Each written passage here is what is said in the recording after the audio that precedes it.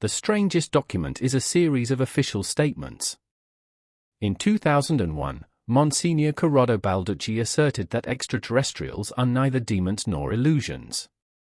What followed in the Radio Vatican recording remains unexplained. Why was this cosmic neutrality necessary at that precise moment? This detail changes the entire reading of reality. Who knew exactly what Balducci was attempting to conceal in that simple affirmation? The archives of the Specola Vaticana contain elements suggesting coordination. The founding document dates back to 2001. It is the recording of Monsignor Balducci, broadcast on Radio Vatican.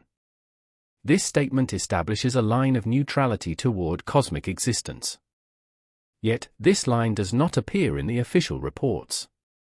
In 2008, a new piece enters the file. The *Osservatore Romano*, the official journal of the Vatican, publishes the interview with Father José Gabriel Funes. He affirms that believing in aliens is compatible with Catholic faith. This line indicates official theological tolerance.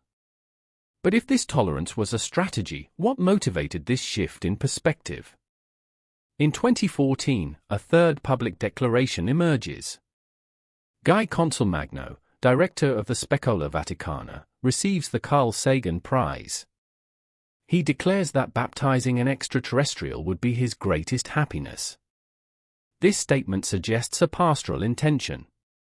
But what intention lies behind this desire for baptism? The researchers who accessed these files found a disturbing coherence in this chronological sequence. The archives point toward a progression. The 15 years separating these statements suggest a strategic weight. Researchers discovered that these three affirmations, spaced 7 years apart, are not isolated opinions. They form an institutional sequence. The documents suggest preparation. The records indicate that the Vatican's official position, through Balducci and Funes, aimed to legitimize the integration of this cosmic reality. But the archives of the Specola Vaticana reveal a more active dimension. Consolmagno's desire to baptize an extraterrestrial entity indicates a deeper pastoral intent. What remains unexplained is the connection between theology and the reception of cosmic entities. The researchers found an anomaly in the coherence of these discourses. The line in the 2001 document suggests neutrality. The line in the 2008 document suggests tolerance. The line from 2014 suggests action.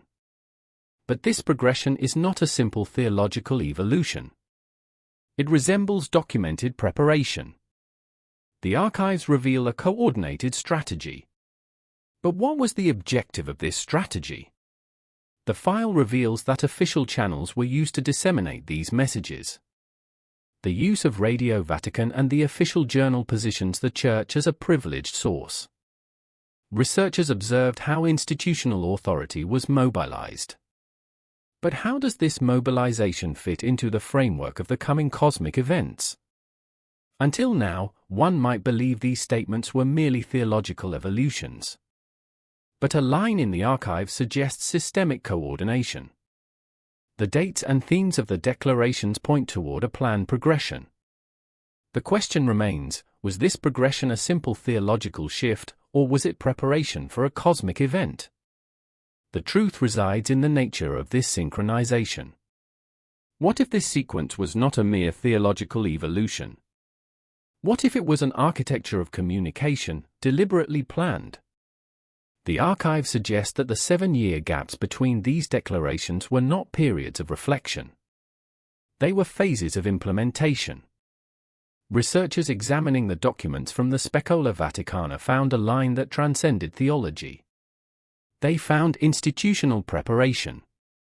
What remains unexplained is the exact nature of this preparation. The documents indicate that the language used by ecclesiastical authority served as a code. It was a method to prepare the ground for a reality that could not be contained within established frameworks. This was not the only program the archive sought to bury. The documents point toward a synchronization. In 2024, the 757 new cases in AARO and the 2025 UAP files seem to confirm this hypothesis. The official declarations from the Vatican, spanning from 2001 to 2014, are no longer theological writings. They resemble an information management protocol. Institutional silence is not faith. It is strategic restraint. If these declarations were preparation, then what is happening now? The archives of the Specola Vaticana reveal a structure that extends far beyond simple theology. But if the true agenda lay elsewhere, why was this preparation implemented at this precise moment? This program is officially closed. What replaced it? That is the next episode.